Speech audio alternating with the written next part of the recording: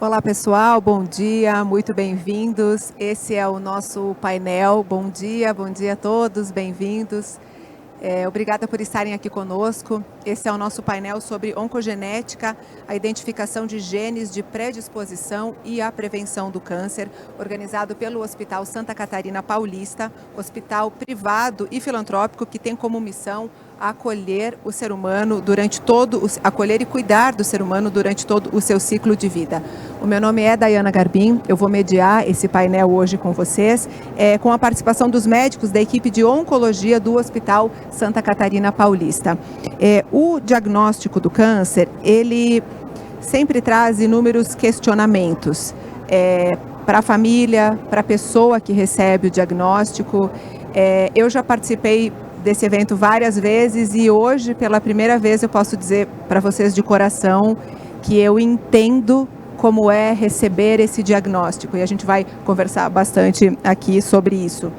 É uma doença que, apesar da gente falar tanto sobre ela e cada vez mais, quando a gente fala a palavra câncer, a gente ainda se assusta muito, né? Ouvir de um médico, eu estou com câncer, a gente prefere ainda falar um tumor, aquela doença, falar eu estou com câncer, ou no meu caso, a minha filha está com câncer, é muito assustador.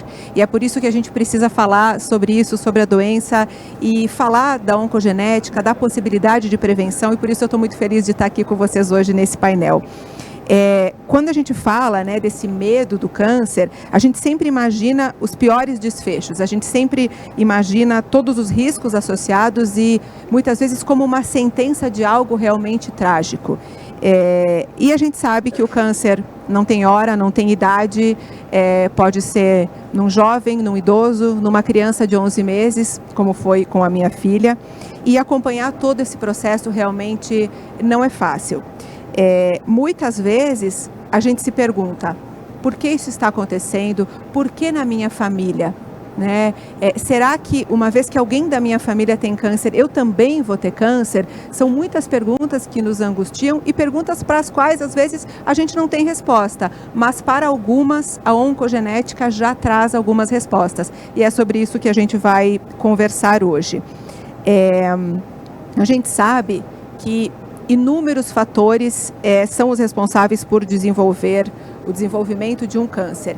E apenas 10% deles são de causa genética, vem de algum gene, de alguma predisposição genética ou familiar para ter o câncer. Quando a gente pensa, nossa, mas só 10% dos casos? Mas na verdade não é só 10%, e a gente também vai conversar muito sobre isso aqui. Eu quero agora apresentar para vocês os médicos que estão com a gente nesse painel. Dr. Antônio Cavalheiro, que é o coordenador do Centro de Oncologia do Hospital Santa Catarina Paulista. Bom dia, doutor Antônio. Bom dia, Dayana. O Dr. Hamilton Silva, que é oncologista clínico com atuação nos tumores de mama do Hospital Santa Catarina Paulista. Olá, Dr. Hamilton. Olá, bom dia, é um prazer estar aqui com todo mundo. O Dr. Gregório Pinheiro, que é oncologista clínico e oncogeneticista do Hospital Santa Catarina Paulista. Dr. Gregório, bom dia. Bom dia, Dayana, bom dia. E a doutora Samantha Cabral, que é oncologista clínica e oncogeneticista do Hospital Santa Catarina Paulista. Bom dia, doutora Samantha. Bom dia, Dayana, bom dia a todos. É um prazer enorme estar aqui hoje. O prazer é todo nosso. Eu quero começar essa conversa conversando com o Dr. Antônio Cavalheiro. Dr. Antônio, por favor. Obrigado, Dayana. Eu queria agradecer primeiro em nome do nosso time aqui do Santa Catarina, que eu me orgulho muito de fazer parte desse time. Agradecer a você de ter topado participar conosco desse painel. Agradecer também a Abrale pela organização desse evento que eu acho tão importante, né? E as informações que testes dessa natureza podem trazer de oncogenética, elas estão muito presentes no dia a dia do consultório, né? Eu vou me esforçar um pouco para fazer aqui, tentando o esforço que eu faço todo dia no consultório com os pacientes, tentando explicar que na verdade genes causam câncer, e é sempre assim. Pelos modelos que como a gente pode compreender, os genes sempre causam câncer. Ou seja, o câncer sempre tem origem em alterações genéticas que aconteceram num grupo de células. E se a gente considerar que um organismo adulto, uma pessoa adulta, tem cerca de 37 trilhões de células, né, e de lembrar que cada um de nós aqui um dia foi uma única célula, a gente chega e se desenvolve, cresce e atinge esse tamanho, porque essas células se dividiram inúmeras, incontáveis vezes. E, na verdade, para que o nosso corpo funcione adequadamente, os tecidos e cumpra funções de reparo, de desenvolvimento, de correção de erro, a gente precisa que essas células estejam em constante divisão. Então, como são 37 mil trilhões, é um número muito grande, difícil do cérebro da gente compreender, a gente pode, ao mesmo tempo, imaginar o quão pequena é uma célula, né? Então, se a gente fizer um pontinho, assim, com a caneta, que alguns estão segurando aqui no papel, olhar bem de perto, a gente pode imaginar que dezenas de células podem caber nesse pequeno espaço da ponta da caneta. E algumas vezes, embora esporadicamente 90% dos casos, como a Dayana falou, acontece por alterações que acontecem ao longo da vida, muitas vezes essas alterações do material genético elas vão acontecer fortuitamente durante a divisão das células. Cada célula tem uma região central, né, tem um núcleo, e no núcleo a gente tem 23 pares de cromossomos, 23 que a gente herda do pai e 23 que a gente herda da mãe. Os cromossomos, eles são uma maneira de organizar o DNA, a fita de DNA. O DNA, ele, assim como o núcleo, ele é o centro de controle da célula. Quando a gente pensa em genes e pensa em DNA, a gente pensa nas características mais aparentes das pessoas. Tom de pele, forma dos olhos, altura, mas tudo o que é relevante para uma célula funcionar vai estar escrito no código genético, vai estar escrito nesse alfabeto, que eu explico para os pacientes, com 4 letras apenas. Então, os testes que a gente vai discutir aqui, eles são testes que medem, detectam qual é a sequência de letras e de substâncias que o DNA daquela pessoa tem, e se ele está normal e se está alterado. Então, cada vez que uma célula se divide, milhões de vezes por dia, ou incontáveis vezes ao longo da vida, toda a informação genética é duplicada e transmitida para a geração seguinte de células. E como vocês podem imaginar, assim como as células estão em constante divisão para que o corpo da gente funcione, algumas células também precisam deixar de existir e morrer, e as células mais jovens tomam o lugar das células mais velhas. E o que acontece durante essas divisões, fortuitamente, para a grande maioria dos cânceres, 90%, como a Dayana lembrou aqui? Acontecem erros. Você pode perder ou corromper informações relevantes do material genético que controlam o comportamento das células. E algumas vezes essas células podem adquirir novas características, como, por exemplo, se dividir de maneira descontrolada, crescer e formar um tumor. E após novas alterações genéticas, que a gente chama de mutações, essas células podem adquirir a capacidade, por exemplo, de deixar aquela região do corpo através da corrente sanguínea ou da corrente linfática e colonizar outros órgãos num processo que a gente chama de metástase. Em muitos casos, existem agentes ambientais, fatores externos que aumentam o risco dessas alterações do DNA. Então, por exemplo, substâncias contidas no cigarro, ou substâncias que a gente ingere, ou poluição, ou radiação ultravioleta, que também pode causar alteração do DNA, são todos fatores externos que a gente chama de carcinógenos, que aumentam a chance dessas mutações e aumentam a chance dessas células adquirirem essa característica de se multiplicar de maneira desordenada. Em 10% dos casos, as pessoas herdam uma alteração genética, tá, que aumenta o risco do desenvolvimento de outras mutações e, portanto, do risco ao longo da vida de câncer. Como a gente vai ver aqui na história e depoimento de alguns pacientes e que a gente vai discutir, a gente tem a herança desses genes não determina a doença, não determina que elas vão ter câncer, mas isso incrementa o risco de câncer ao longo da vida. Mas normalmente para cada gene não é risco de uma maneira geral. Cada gene predispõe a certos tipos de câncer e, portanto, não é um risco de câncer, de todo tipo de câncer. Então você tem tanto intervenções cirúrgicas, tratamentos e exames específicos para cada alteração genética. E eu esqueci de agradecer no início a participação das pacientes também, que vão dar o depoimento aqui e que toparam estar conosco num dia e gravar o depoimento e contar as histórias delas. A gente vai assistir agora, doutor Antônio, o primeiro depoimento da senhora Evelyn. A Evelyn é uma paciente oncológica que fez o teste depois depois que ela descobriu a doença, e ela fez esse teste com a preocupação de que os filhos dela também pudessem desenvolver câncer.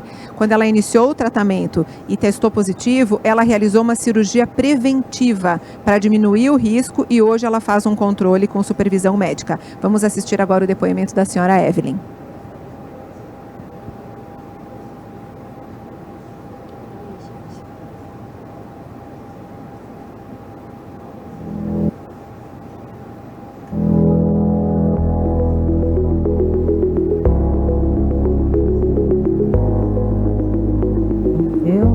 Assim, eu sou uma pessoa de fé, né? Então, para mim foi um milagre, porque eu trabalhava assim, exaustivamente e não tinha tempo para mamografia, muito menos para, assim, no ginecologista, porque demorava muito, tinha espera. Eu já tentei ir algumas vezes, fui embora porque não aguentava esperar.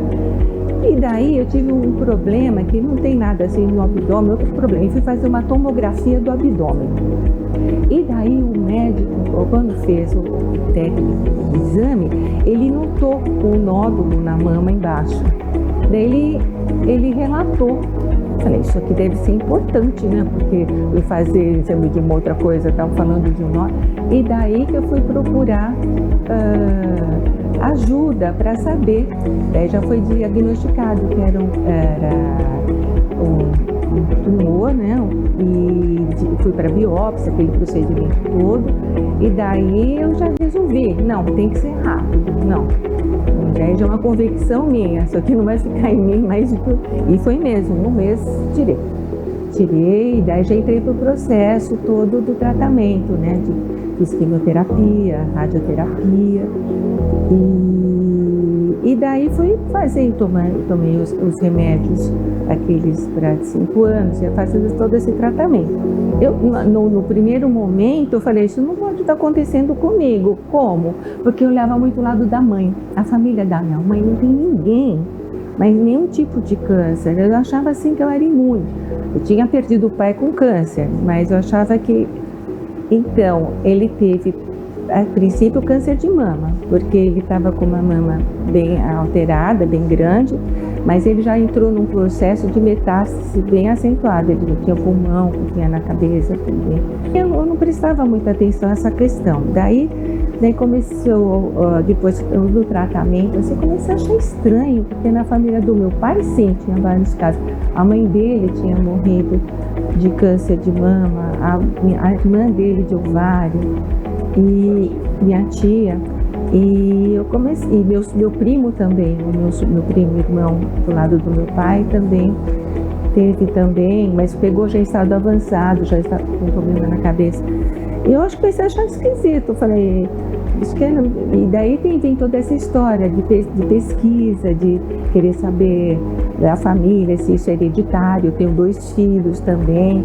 Eu falei, vamos conversar com o médico, vamos ver qual a posição que a gente pode tomar. A questão do teste, né, entra assim, a minha intenção mesmo de desmiuçar a questão, tentar uma cura melhor para mim e também para tentar ver assim a minha família, a preocupação, como na linha do meu pai vinha meio assim direto, veio bater em mim, falei, vai bater nos meus filhos. Então é uma questão de responsabilidade também. Então eu me interessei em fazer o teste. Daí eu tinha assim muita curiosidade, eu sou uma pessoa curiosa. Queria saber, quem sabe eu não teria, e meus filhos não tinham nem que se preocupar com isso. Então acho que eu queria saber. Daí foi quando daí para fazer o teste, no convênio não cobri, não tinha. Mas aí o apoio da família também é muito importante. Meu marido sempre me dando apoio, não, tem que fazer, nós vamos dar um jeito, você vai fazer. E daí fomos para o teste. E daí a minha surpresa, né? Quando o doutor me liga e me fala, não é BRCA1, não é BRCA2. Falei, é um outro. Daí eu não sabia nada, daí é que desconhecimento total que existia o PALB2, né? Eu tomo precauções hoje, só tenho um acompanhamento para evitar, e se aparecer alguma coisinha que seja solucionado rapidamente, que aquilo não tenha nenhuma repercussão e não chegue no estado do meu pai, de chegar, de viver quase nada, não tinha condições de fazer basicamente nada, mas naquele tempo não tinha essa informação, não tinha descoberto bem o genoma humano, foi em 94, uma coisa muito antiga, então as coisas mudaram, né? E acredito que possa mudar, mas a minha família, os meus filhos, talvez ficaram meio chocados, assim, eles não aceitaram fazer o teste de pronto, porque motivos diversos, eles não quiseram conviver, eles acham que é conviver com o estigma, em que eu não consigo passar para eles que não é isso, que eles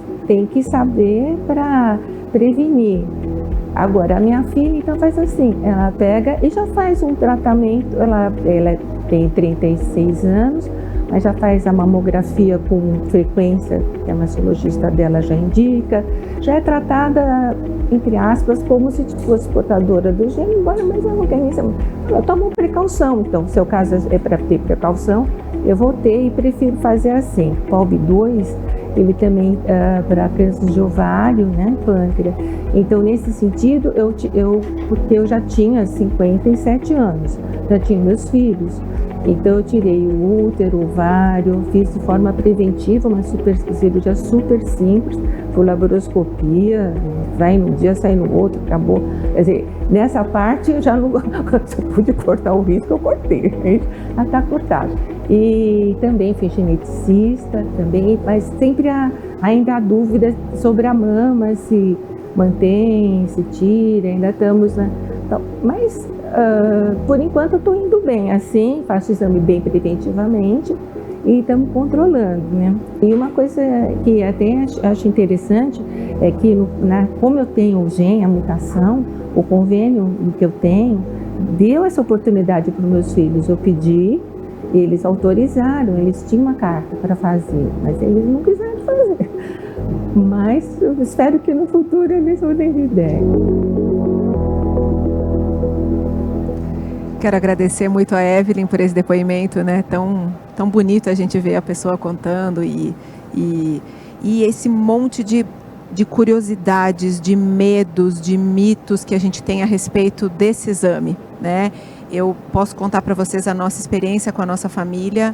A minha bebezinha, que mês que vem vai fazer 2 anos, chama Lua, minha filha, ela foi diagnosticada com retinoblastoma, que é um câncer nas células da retina, um câncer nos olhos, um câncer super raro, que geralmente dá em crianças pequenas, e a gente fez o teste genético nela, e ela apresentou uma mutação do gene RB1.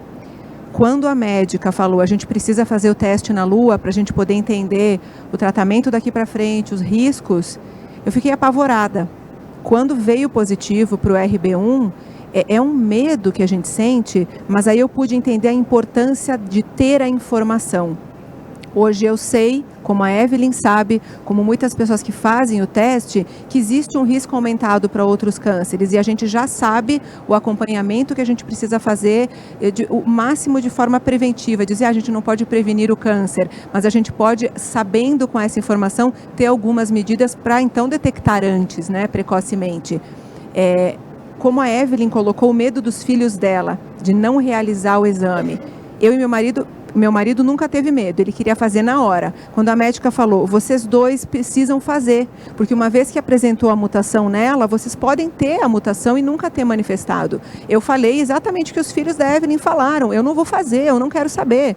Eu falava, eu não vou saber conviver com a angústia de uma mutação genética, eu não quero saber, eu quero ser ignorante.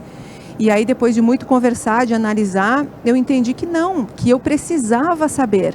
Mas essa é uma decisão muito individual, que ainda é permeada por muitos medos. Então, eu gostaria, doutores, quero conversar agora com o doutor Gregório e com a doutora Samantha. Primeira coisa que a gente precisa elucidar.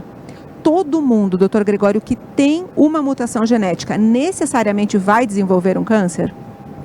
Bom, Dayana, e bom dia a todos, né? Não necessariamente, né? Isso é importante dizer. Mesmo naquelas famílias que a gente detecta um indivíduo com uma alteração genética, existirão alguns familiares que portarão a mesma alteração e outros não, né? Por isso a importância de testar os familiares, né? E aqueles portadores da mesma alteração podem passar, enfim, a vida toda e não desenvolver doença, né? Ele está com tem um risco maior de desenvolver quando comparado a aqueles indivíduos não portadores, mas não necessariamente, obrigatoriamente desenvolverão. Então isso é muito importante da gente deixar claro. A pessoa pode aparecer a mutação genética no exame dela e ela viver até os 100 anos sem ter nenhum tipo de câncer. Isso é possível. Exato. E além disso, né, a depender do gene que está alterado, o risco de desenvolver doença também varia. Então existem genes que predispõem, por exemplo, a câncer de mama, que eleva o risco de desenvolver câncer de mama ao longo da vida, uma porcentagem muito alta. Contudo, existem outros genes que, quando estão alterados, eleva o risco de câncer de mama, mas não numa porcentagem tão tanto, exatamente. Assim. Exatamente. Perfeito. Doutora Samantha, está com algum problema para passar aqui? Será que alguém pode nos ajudar, que não está passando os slides aqui? Enquanto isso, doutora Samantha, eu gostaria que a senhora... Acho que agora voltou, né? Voltou, joia, obrigada. Doutor Gregório, o senhor quer complementar alguma coisa com esse slide? Pode. Você consegue voltar, Samantha? Voltam. É só mostrando, exemplificando exatamente isso, né? Os genes são essas siglas aí, né? Então, a gente vê lá em cima genes como o APC, TP53, são genes que, quando estão alterados, existe um risco muito grande de desenvolver doença, né? E aí a prevenção e o cuidado é muito maior nessas pessoas portadoras. Uma dúvida, doutor Gregório, nesse sentido é que faz cirurgia preventiva, como a Ellen contou, que no caso ela teve câncer de mama, mas ela já retirou o útero e os ovários. Esse, por exemplo, é um caso que vocês chamam de uma ação preventiva. Exato. Então, dependendo do gene, para cada gene alterado, existe uma recomendação específica. Então, para alguns, uma cirurgia das mamas preventivas é uma estratégia válida. Indicada. Doutora Samantha, agora a gente fica sempre pensando, meu Deus do céu, então será que todas as pessoas têm que fazer o teste genético? Eu gostaria que a senhora nos explicasse quem é que deveria ou seria beneficiado com um teste genético. Dayana, essa é uma excelente pergunta, eu acho que é a dúvida de muita gente que está aqui. As pessoas, elas pensam muito assim, meu Deus, eu tenho um câncer, todo mundo precisa fazer o teste genético? Todo mundo que tem câncer precisa fazer um teste genético? Não. Como a gente pôde ver nas outras frases dos meus colegas, até você mesmo mencionou, apenas 10% dos cânceres são de origem hereditária. A maioria não, a maioria as mutações são adquiridas ao longo da vida. Então, se a gente pensar quem precisa fazer o teste, a primeira coisa que vem na cabeça é que quando um câncer ele afeta pessoas muito jovens e pessoas que têm uma história familiar muito positiva, tem que acender a luz. Talvez essa pessoa realmente precise fazer um teste genético. No exemplo, agora eu vou passar o próximo slide, que vai dar algumas estimativas para você. No caso do câncer de mama, a gente sabe que a maior parte dos cânceres de mama não são hereditários. Aí a gente tem aí em torno de 30% que tem um componente, sim, de risco familiar, mas nem sempre a gente consegue identificar qual é a mutação. E, de fato, apenas 10% a gente consegue realmente detectar a mutação e fechar o diagnóstico de uma síndrome genética, uma síndrome hereditária de predisposição ao câncer de mama. Por outro lado, o câncer de ovário, como vocês podem ver nesse gráfico, a porcentagem já é maior. Em torno de 30% dos cânceres de ovário têm origem hereditária. Portanto, pessoal, isso é muito importante, isso deve ficar muito claro. Toda a paciente com diagnóstico de carcinoma de ovário deve fazer o teste, tá? Porque a chance é uma chance grande de 30%. Por exemplo, do câncer de mama, nem todas as pacientes precisam fazer o teste. Quem a gente deve testar com câncer de mama?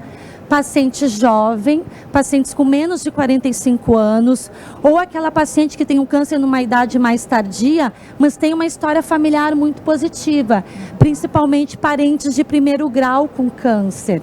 E esse caso da Evelyn, eu gostaria de chamar a atenção, porque o pai dela teve câncer de mama. Ela contou no vídeo. E todo homem com câncer de mama deve ser testado, porque o homem não é comum ter câncer de mama. É raro, né? Pode ter, mas é comum. Então a gente precisa testar os homens com câncer de mama. E interessante que ela contou, né? Minha mãe nunca teve, então eu achei que estava imune. E aí o pai teve. E aí essa era a minha outra pergunta, não sei se talvez o doutor Hamilton gostaria de responder para a gente também. Se pai ou mãe tiveram câncer de mama, necessariamente os filhos têm um risco aumentado ou vão ter? Essa é uma dúvida muito comum também. Isso também é uma pergunta excelente, uma dúvida muito comum que a gente vê no consultório diariamente, né? Então, assim, o fato de você ter um familiar de primeiro grau com câncer de mama, isso não necessariamente indica a testagem, né? Como a Samantha falou. No fundo, quando a gente vai olhar a família, né, e ver se pela história familiar aquela paciente tem a indicação ou não, no fundo o que pesa mais é a quantidade de familiares de primeiro grau que são acometidos com a doença, e não o fato de ter a doença em si. Então, como a Samantha bem comentou, o tumor de mama na mulher idosa, né, principalmente a mediana do acometimento aqui no Brasil é 52, 53 anos. Então, assim, se você tem uma mulher que tem um câncer de mama para além dos 50 anos, no fundo, a maior chance é que isso seja um tumor esporádico e não um tumor hereditário. Então, a gente não necessariamente, a filha daquela paciente vai ter um risco aumentado para ter câncer de mama. Agora, com o pai, não. O pai já é diferente, como a Samantha falou. Para a gente ter uma ideia, quando a gente olha os estudos de avaliação populacional, o câncer de mama em homem, ele representa em torno de 1%, né?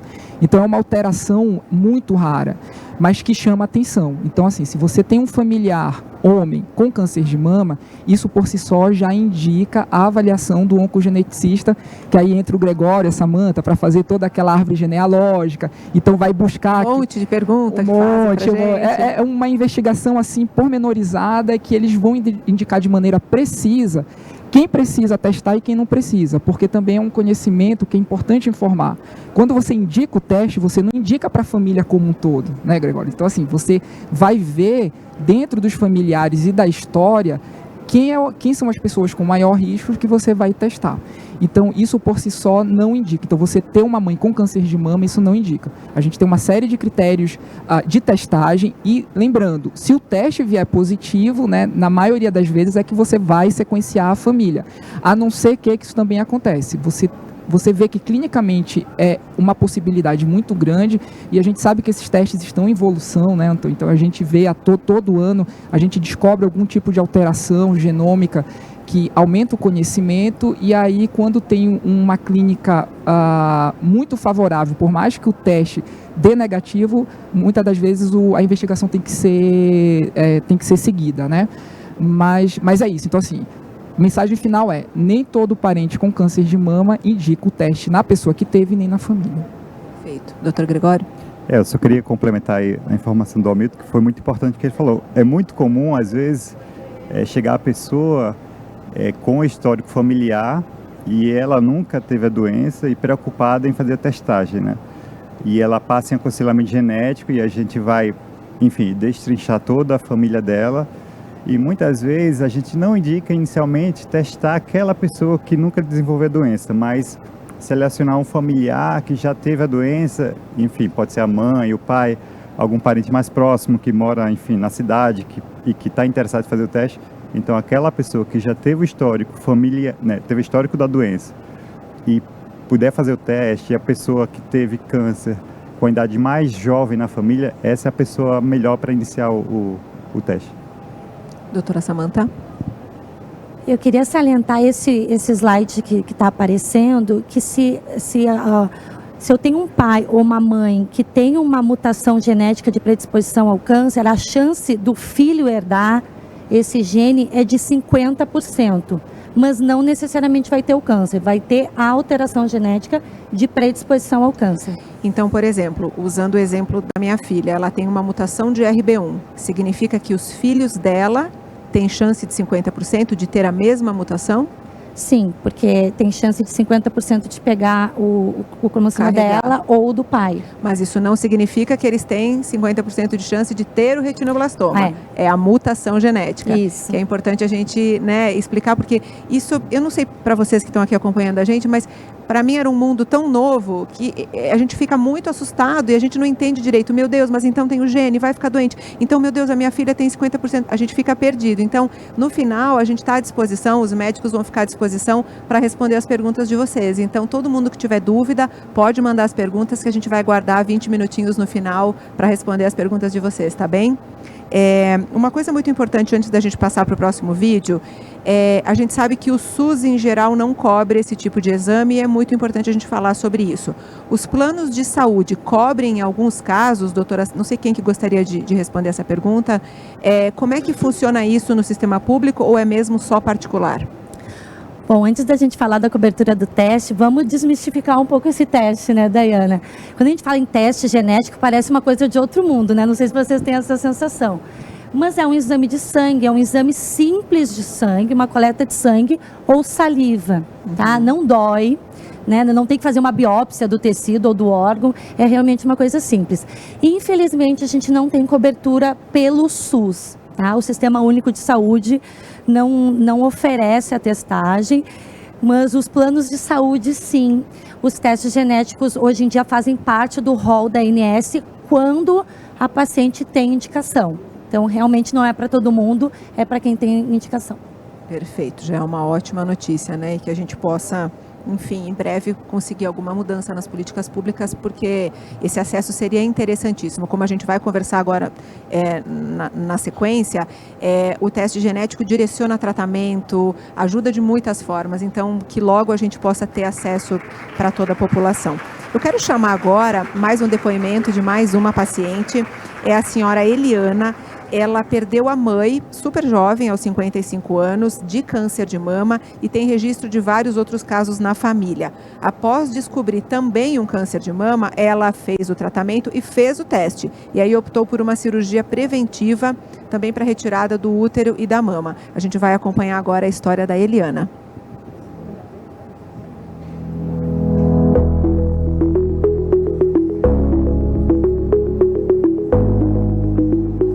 Tenho 53 anos, tive câncer com 46. A minha mãe faleceu com câncer de mama, né? Minha mãe tinha 55, né? E aí eu sempre costumava, no banho, fazer o exame de toque. E eu senti, aí eu fiquei meio assim. Aí eu sou uma pessoa que eu não gosto muito de ir médico não, né? Eu fiquei relutando, até que eu fui, fiz o exame, aí a médica pegou e falou assim, agora você vai procurar um mastologista para ver o que é. Fiz a cirurgia, né, eu retirei o nódulo, né, e comecei logo em seguida a fazer a quimioterapia. Eu fiz a cirurgia dia 31 de março e minha primeira quimioterapia acho que foi dia 20 de abril. A minha mãe faleceu, né, com câncer de mama, com 55 anos. E a minha tia materna também faleceu, mas assim, com mais idade, né? Com câncer no ovário. A minha família me acompanhou muito durante o meu tratamento, né? E a minha irmã ficou desesperada quando ela ficou sabendo que eu tinha, né?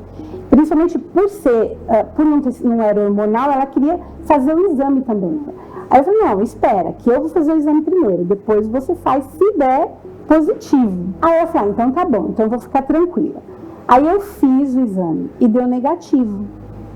E parei, a gente ficou tranquilo, né? Vida que segue, terminei meu tratamento, né? E um ano depois do meu tratamento, minha irmã começou a sentir uma dor no abdominal. Só que, assim, com o filho pequeno, né, ela ia deixando. Eu tomava Luftal. Vou tomar Luftal e vai passar. Até que foi passando e o Luftal não fazia mais efeito. Aí ela resolveu ir no médico. Foi quando ela fez o exame e deu que ela tinha um tumor no ovário.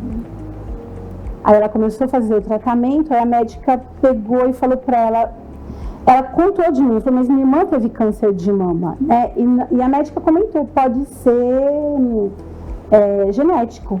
Aí, porque ela falou de mim, né? Ela comentou de mim. Aí a médica falou, vamos fazer o exame? E minha irmã comentou, não, mas minha irmã fez o exame e deu negativo. Aí a médica falou, mas vamos fazer o exame? Ela insistiu. E minha irmã fez o exame e deu positivo. Aí a minha irmã, ela testou positivo para o BRCA1. Aí eu retestei, refiz o meu teste e deu positivo para o BRCA1 também. Ela fazia o acompanhamento. Aí a médica fez um exame e estava tudo lá de novo. Só que estava no peritônio. Então era muito unida. A gente era muito unida, eu e minha irmã, né? Então assim, ela acompanhou o meu e eu acompanhei o dela. Todas as cirurgias eu estava lá junto com ela. Assim, eu não estava na quimioterapia porque eu não conseguia, por causa do meu trabalho, né? Mas todos os exames eu estava lá. Quando ela recebeu o diagnóstico, eu estava lá com ela. A gente, assim, quando ela faleceu, eu estava lá com ela. Foram 4 anos de muito... Ela sofreu, porque ela tinha... Ela sofria muito com a quimioterapia. Aí, sabe, eu ficava pensando... Até hoje eu penso... Por que ela sofreu tanto e eu não? Sabe?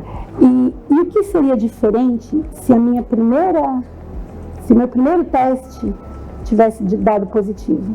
Eu teria ligado um alarme, né? Olha, qualquer coisa que você sentir, vai no médico, porque pode ser. Ou então ela faria também, já sabia que também tinha a mutação. Então, isso é uma coisa que vai ficar para sempre. Depois que eu descobri, aí eu fiz a cirurgia preventiva, né? Tirei o útero, tirei a mama. É difícil aceitar. As pessoas não aceitam, né? Você tá bem, de repente, você vai falar, vou testar o quê? Primeiro que é uma coisa que é caro, ninguém vai querer pagar para fazer um teste, que pode ser que você tenha ou não, né? As pessoas não querem acreditar que podem ter. Eu tenho 3 meninos e 4 netos. Eu tenho um menino com 32, um com 30 e o meu caçula tem 15 anos. Eu falei com eles. Eles também não querem testar.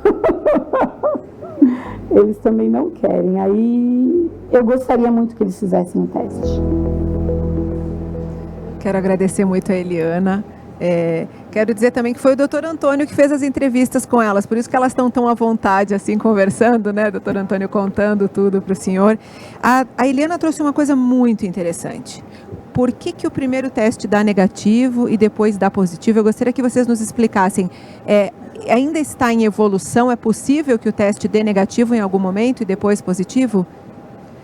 Dayana, assim como todo teste diagnóstico, ele não tem uma sensibilidade de 100%. Então, esses testes, se a gente for pensar 10 anos atrás, a gente já vê o quanto esses testes evoluíram na capacidade de detectar alguma alteração. Só que no caso dessa paciente, infelizmente, ela teve o primeiro teste, um falso negativo. Então, o teste foi negativo, mas na realidade era um falso negativo. Então, quando a gente vai solicitar um teste genético, a gente tem que prestar muita atenção aonde vai ser realizado esse teste. Infelizmente, os laboratórios não são iguais, as tecnologias não são iguais.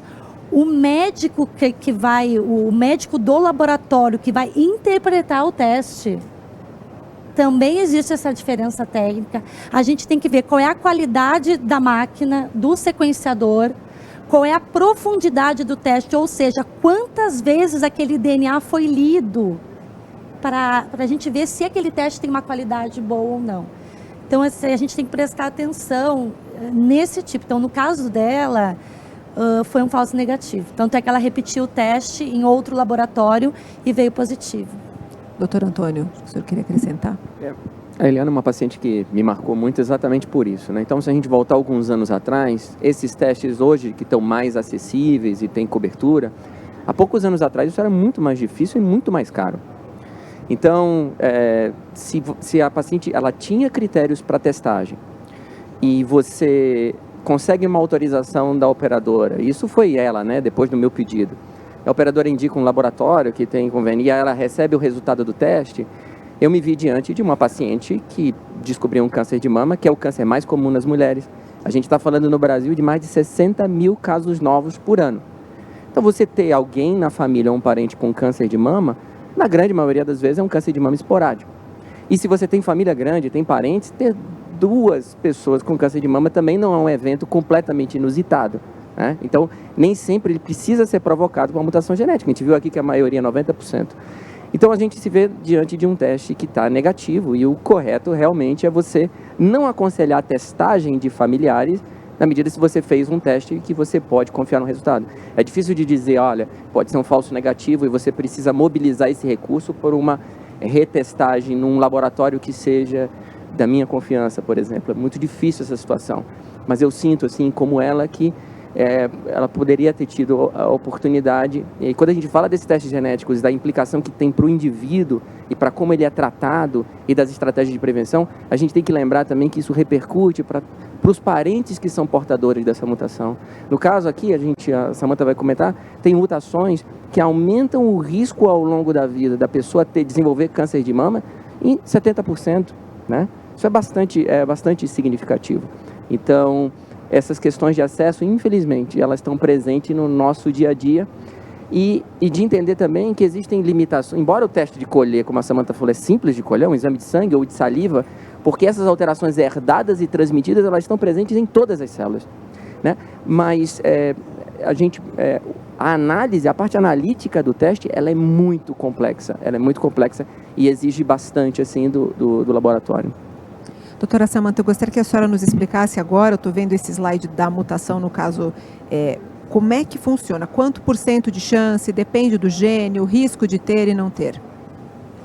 Bom, eu trago esse slide para exemplificar essa mutação que a paciente relatou que é portadora, que é uma mutação num gene chamado BRCA, que é o gene mais frequentemente mutado quando a gente está diante de uma síndrome hereditária de câncer de mama. Desculpa, gente, estava falando fora do microfone.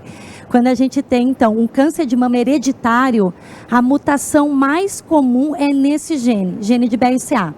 Só que não aumenta o risco só para câncer de mama, aumenta o risco para câncer de mama em 70% ao longo da vida. Mas a gente não deve pensar só em câncer de mama. O BRCA também aumenta o risco de câncer de ovário, é assim, em torno, dependendo se é BRCA 1 ou 2, mas o risco varia aí de 20% a 40%. E não podemos esquecer do câncer de próstata. Então, lembrar daquele câncer de próstata em pessoa mais jovem, ou aquele câncer de próstata mais agressivo, que já é diagnosticado uma fase mais metastática, ou se tem muitos parentes acometidos, lembrar do BRCA. E também câncer de pâncreas, tá? Então, a gente tem que pensar nesses outros. O risco é menor para esses outros tumores, mas também é uma coisa significativa que deve ser lembrada. Doutor Gregório, uma vez que a gente tem essa informação, né, quais são as alternativas? Vocês falaram aqui já em tratamento preventivo, são cirurgias de retirada, quais são as opções que o paciente tem diante dessa informação? Então, isso vai depender do gene, né? Então, quando a gente está falando do BRCA 1 ou 2, existe uma recomendação forte de discutir uma cirurgia de retirada de ovários, e aí vai depender, obviamente, da idade da pessoa. Para o acompanhamento, segmento para a gente diagnosticar um câncer de ovário numa fase muito precoce, é muito difícil, porque a gente não tem exames de imagem apropriados e muito sensíveis para isso. Então, é um tumor que, na grande maioria das vezes, mesmo com acompanhamento mais perto, não é raro a gente detectar o tumor numa fase mais avançada. Para o câncer de mama, para as mamas, por exemplo, pelo risco tão alto aí, chegando até 70%, como a Samantha comentou, existe evidência que fazer uma cirurgia para retirar o tecido mamário dos 2 lados, e isso reduz de 70% para em torno de 5% o risco de desenvolver a doença. Claro que não é uma cirurgia estética, acho que isso é importante falar, não é uma cirurgia, né, que a gente vê de colocação de prótese, né? Envolve também colocação de prótese, mas é uma retirada de tecido mamário dos 2 lados, e isso implica numa cirurgia, complicações cirúrgicas, alteração de sensibilidade da mama, e isso é algo que tem que ser discutido com a paciente.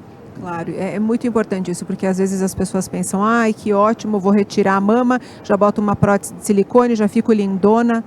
Definitivamente não é o caso, jamais faria uma cirurgia dessa por estética, porque tem todas essas consequências, enfim, né, que o senhor está explicando. Eu quero chamar agora, posso chamar o próximo vídeo ou vocês querem acrescentar alguma coisa? Eu só queria acrescentar, assim, para finalizar esse assunto do BRCA, é que é muito recomendado, é indicado a retirada dos ovários pela falta de exames para detecção precoce do câncer de ovário. Tá? Então, assim, é indicado quando eu preciso tirar meu ovário com 20 anos? Não, gente. Não precisa. A retirada do ovário é em torno aí dos 40 anos. A mulher pode ter filho e depois dos filhos ela tira o ovário. E a retirada do ovário também protege contra câncer de mama. Interessante. É bem interessante isso. Então, assim, sempre lembrar dos ovários na síndrome do BRCA. A mama, a gente tem exames eficientes para a detecção precoce. Então, doutora, a Helena falou que a irmã sentiu uma dor e tomava Luftal e passou e depois era câncer de ovário. Na verdade, esperar sentir uma dor não vai ser, não vai resolver. Esse desfecho da irmã talvez teria sido evitado se a Helena tivesse feito o teste, tivesse dado positivo, a irmã teria testado e a irmã tivesse tirado o ovário antes de ter os sintomas. Porque os sintomas que a irmã apresentou já era de doença avançada. O ovário, ele é silencioso. Silencioso. Ele dá sintoma quando a doença já está avançada. Já a mama, você tem mamografia, você tem ultrassom, você tem ressonância de mama, que você não evita o câncer, mas você faz detecção precoce e você não morre da doença. Por isso que a mastectomia é uma opção, mas não necessariamente algo obrigatório. Perfeito. A gente vai conversar agora sobre a participação da família. A gente vai assistir o depoimento da senhora Maria de Fátima. Ela teve o diagnóstico do primeiro tumor no ovário em 2011. Aí foi só depois do segundo diagnóstico, que foi ano passado, que os seus familiares optaram pela realização, então, do rastreamento genético. Vamos ouvir agora a Maria de Fátima.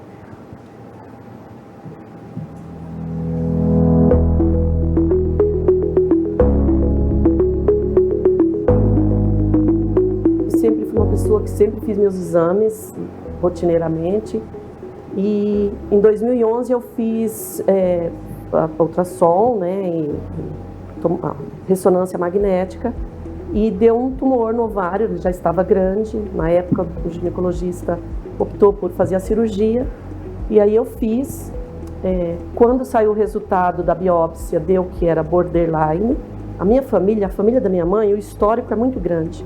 Muito óbito por câncer, primas, minha tia, uma irmã da minha mãe, e eu fiz a cirurgia em 2011, em 2013 a minha mãe teve câncer de endométrio, e aí ela fez cirurgia e fez várias sessões de rádio, ficou bem, graças a Deus. Em 2015 minha mãe teve outro câncer na língua, mas segundo os médicos, por conta do cigarro, que ela fumou a vida toda, isso em 2000. Até aí, em 2015, minha mãe foi uma guerreira, se tratou, ficou bem.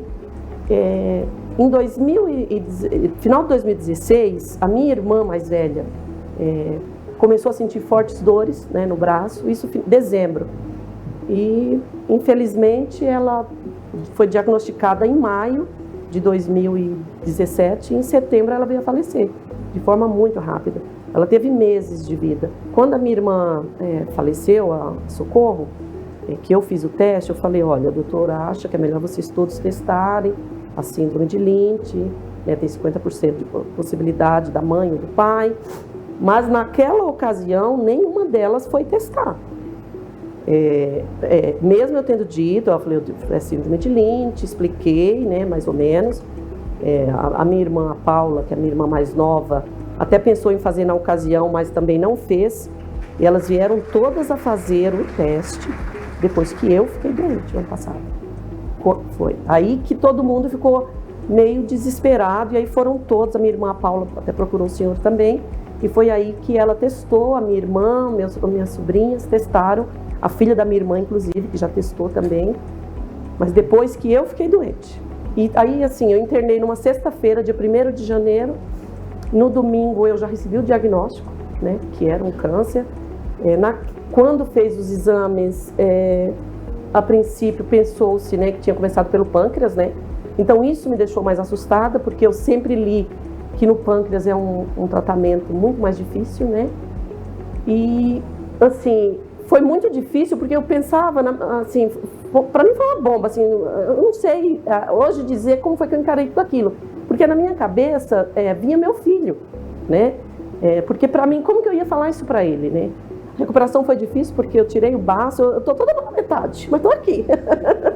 Não tenho útero, não tenho ovário, não tenho baço, tenho um pedaço do pâncreas emendado, assim, um pedaço do intestino, mas eu estou ótima, graças a Deus. Então, assim, é uma situação difícil. Eu não vou dizer que seja fácil você, sabe, receber um diagnóstico desse, mas eu não vou pensar nunca.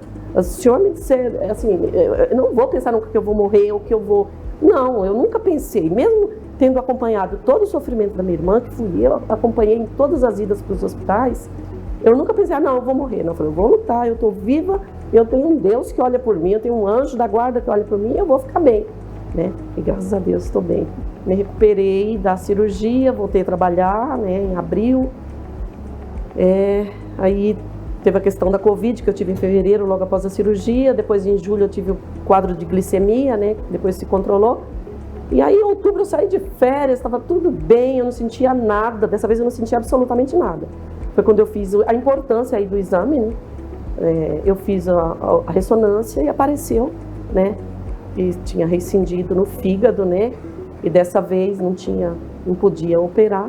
Foi quando eu tive o segundo diagnóstico em 2021, em outubro. Eu pude começar a fazer o tratamento muito rápido, o convênio autorizou muito rápido.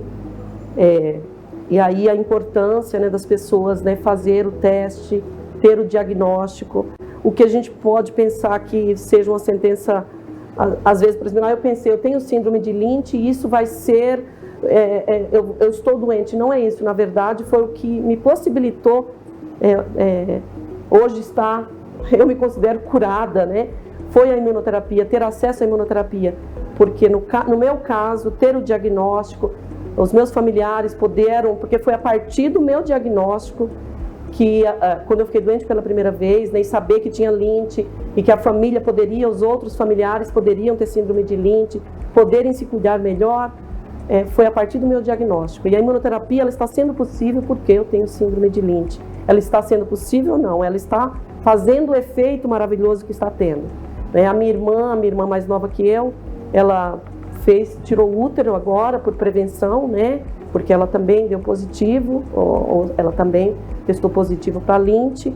E todas elas, né, as minhas irmãs, a minha sobrinha, hoje, né, precisam ter um cuidado maior, sabendo disso.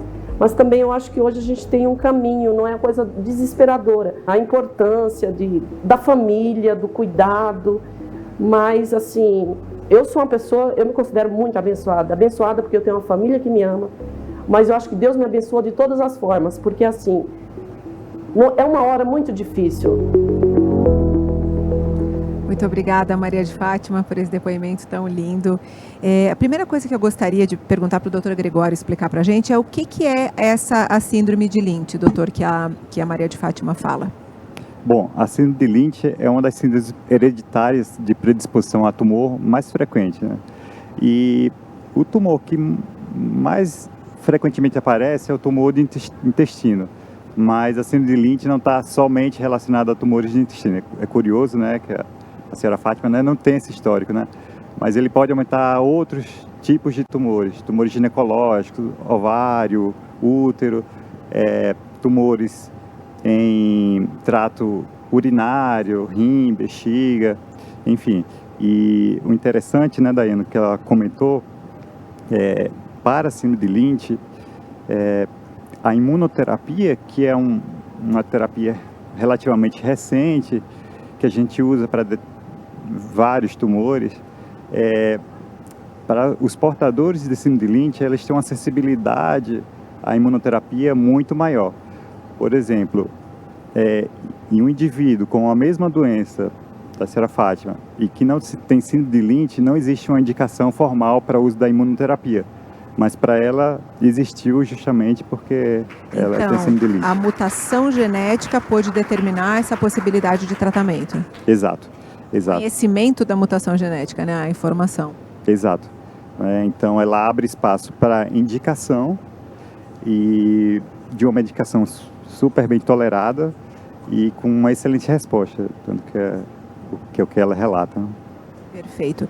Doutora Milton, ela fala muitas vezes, a Maria de Fátima, da irmã. A irmã já fez a cirurgia de prevenção, né, de retirada.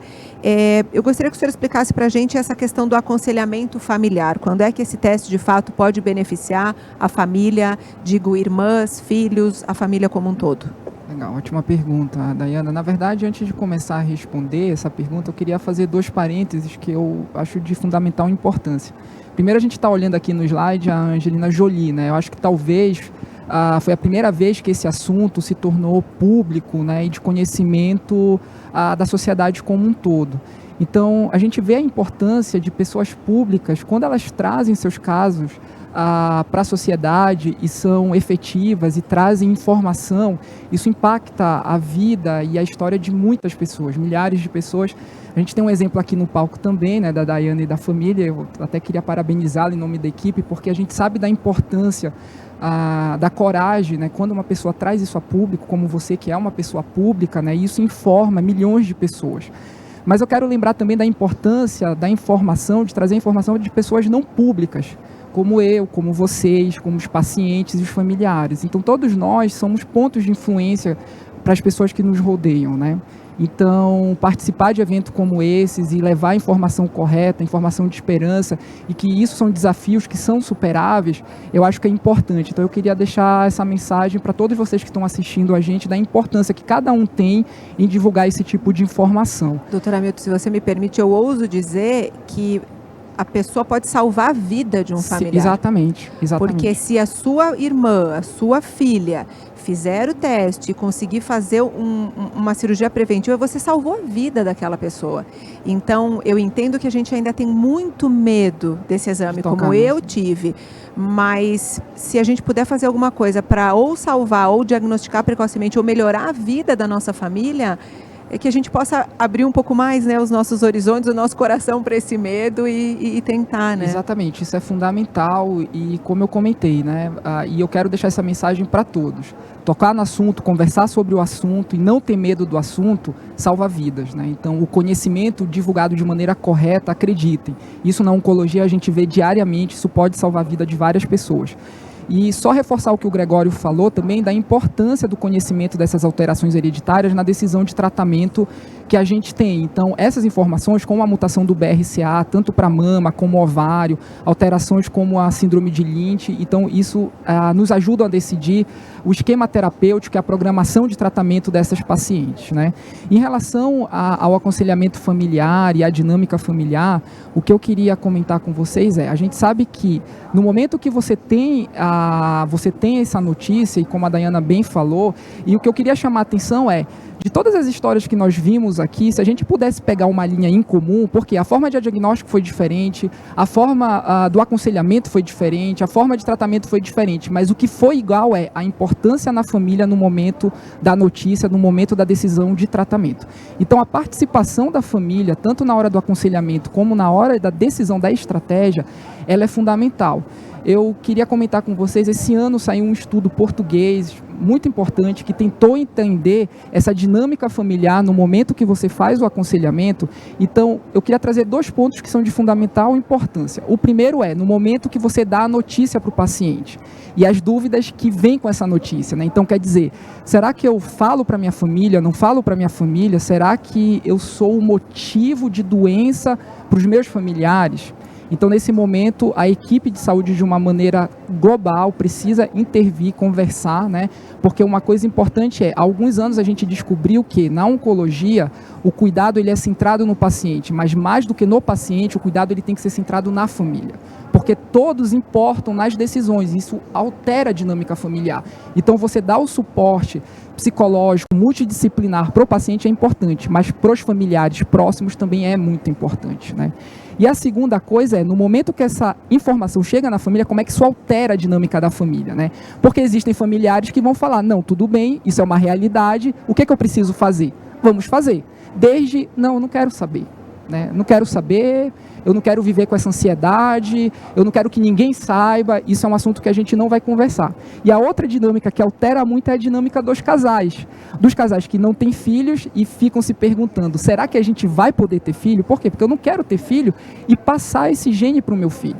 E hoje a gente tem uma série de técnicas e métodos que podem se selecionar, né? Principalmente aquele embrião que não vem carregando essa alteração. Então, feito o aconselhamento e feito o acompanhamento multidisciplinar, a gente pode passar esse desafio também.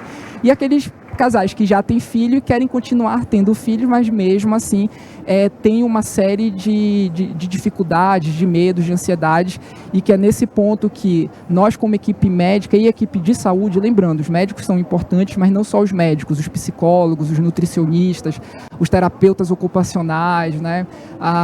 Toda a equipe de saúde ela é fundamental num momento como esse que a gente aconselha os familiares e os pacientes, né? Então, eu quero deixar essa informação para vocês. O que é fundamental nesse momento? Fundamental nesse momento é a gente dar orientação para a família, cuidar da família, estar do lado da família. Porque o que tem em comum em todos esses pacientes e qualquer paciente que a gente pega em qualquer lugar do mundo o tratamento ele é importante, mas quando a minha família está do lado, eu tenho mais força para continuar e encarar esse desafio que foi me posto nesse momento, e eu vou superar esse desafio. Então, eu acho que essa é a informação mais importante que eu queria colocar para vocês. O senhor trouxe uma palavra muito interessante da gente discutir aqui, que é a culpa, né? A pessoa, muitas vezes, que tem a informação que tem uma mutação genética, pode passar pela cabeça dela. Então, a culpa, a partir de agora, do adoecimento da família vai ser minha. Eu gostaria que vocês explicassem um pouquinho, não sei se o doutor Antônio, de repente, quer comentar. É importante a gente dizer que não há culpa, ninguém tem culpa de ter uma mutação genética, né, doutor? O Hamilton tocou num ponto bem importante, porque isso é bem comum de estar no consultório. Às vezes a pessoa deixa escapar que eu não quero nenhum tipo de responsabilização por essa doença. Mas o teste também é importante para identificar os membros da família que não são portadores.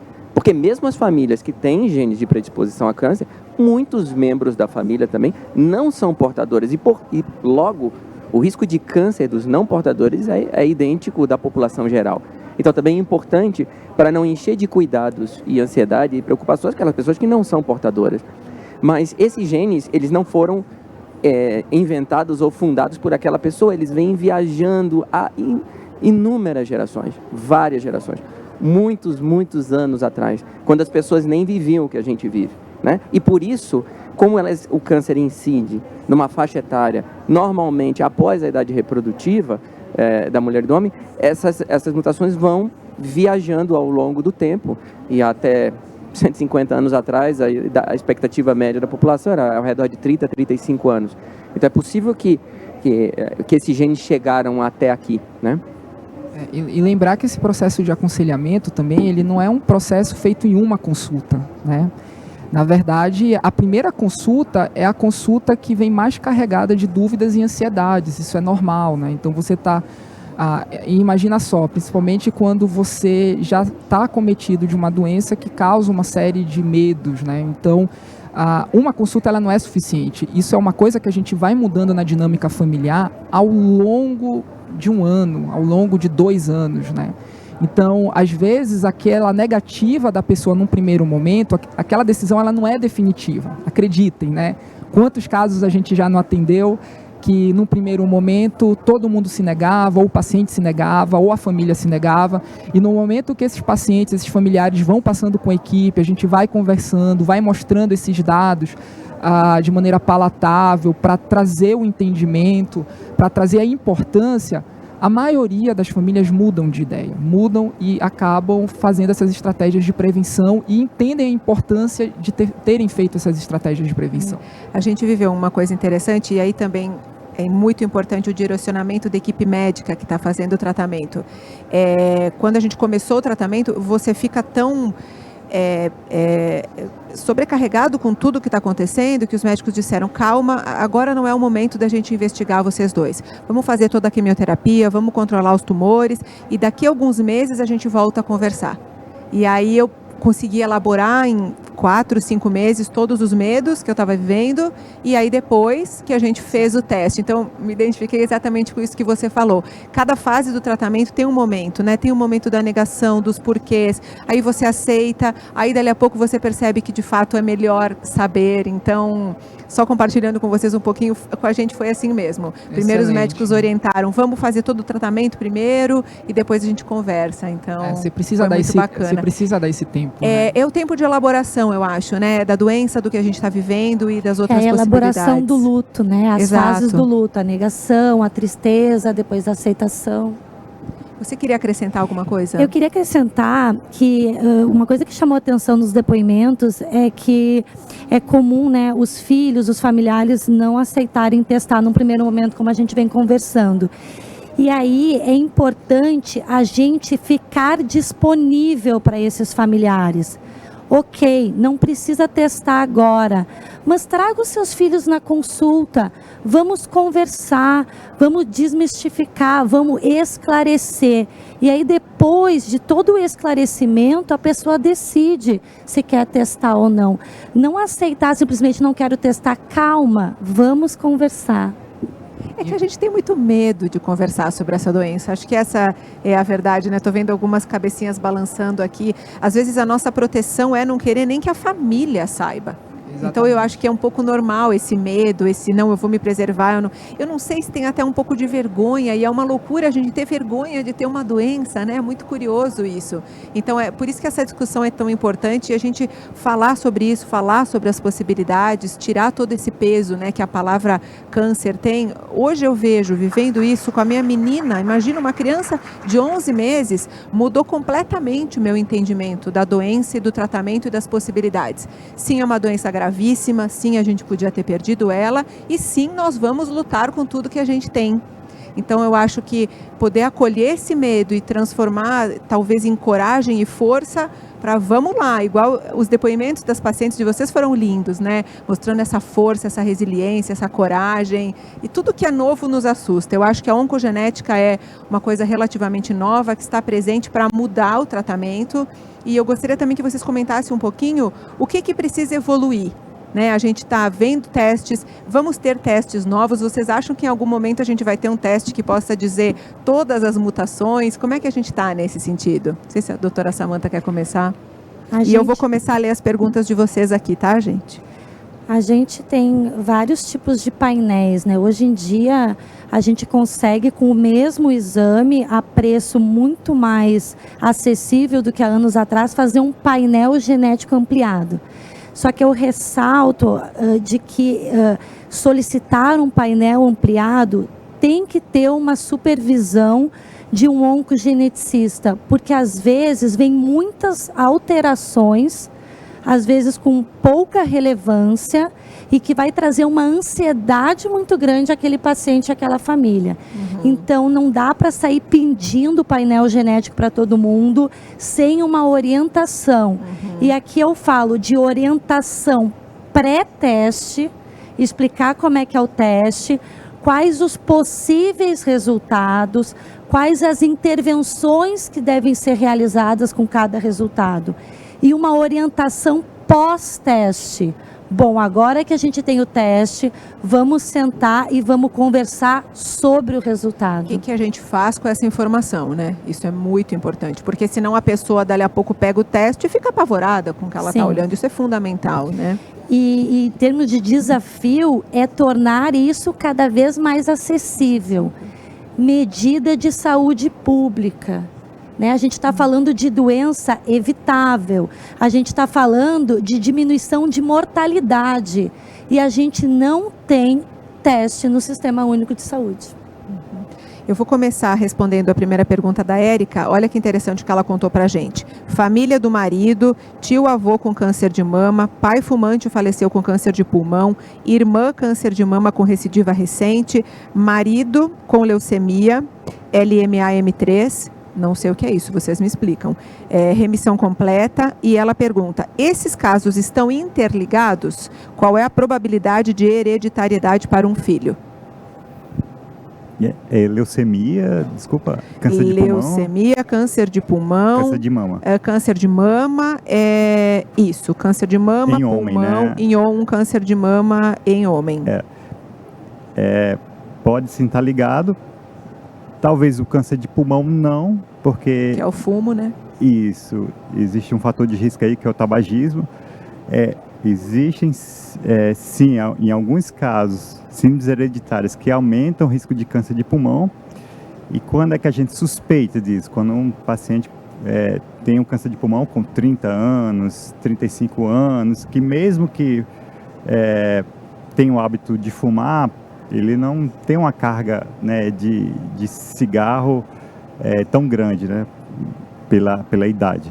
Então, sim, pode estar, né, só pelo fato, né, como o Hamilton falou, o sinal de alerta, né, essa pessoa, o parente, né, com câncer de mama em homem, isso já indicaria um sinal grande de alerta. Se a gente testar os homens com câncer de mama, cerca de 40% terão alguma alteração genética, né?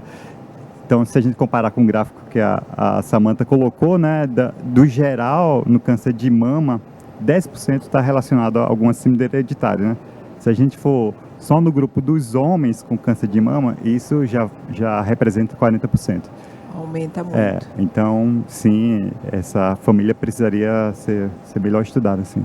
E só reforçar também essa importância, né, de você fazer esse histórico familiar, né, Gregório?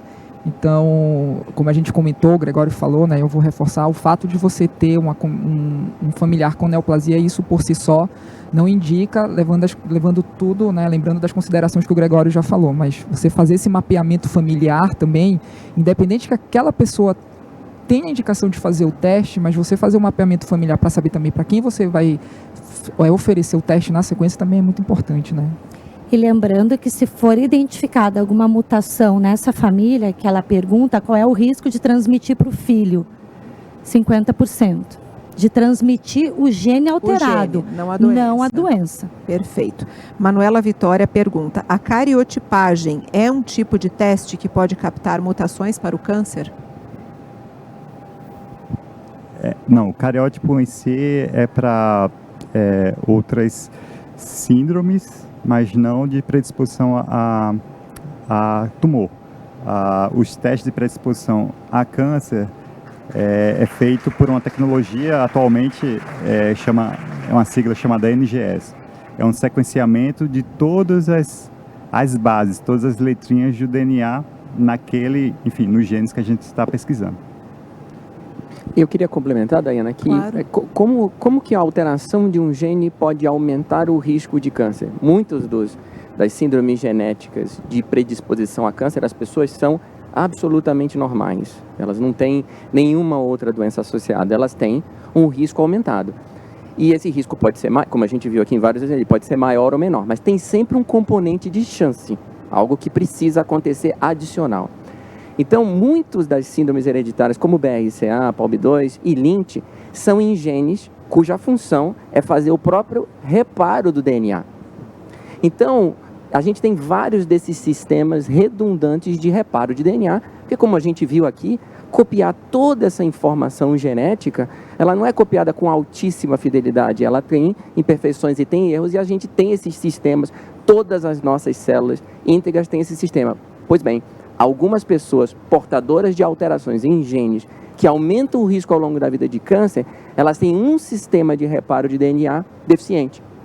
Então ele não é determinante de câncer, mas ele aumenta o risco ao longo da vida de novas mutações no DNA que podem resultar no surgimento de células que se dividem de maneira descontrolada, de células malignas. Então, isso explica pra gente que não é fixo, que essas mutações podem ir acontecendo ao longo da vida, é isso? Ser somadas, né? Somadas.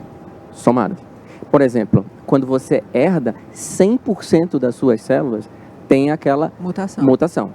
Essa mutação pode ser, como no caso de BRCA, de uma proteína que faz a leitura e correção do DNA.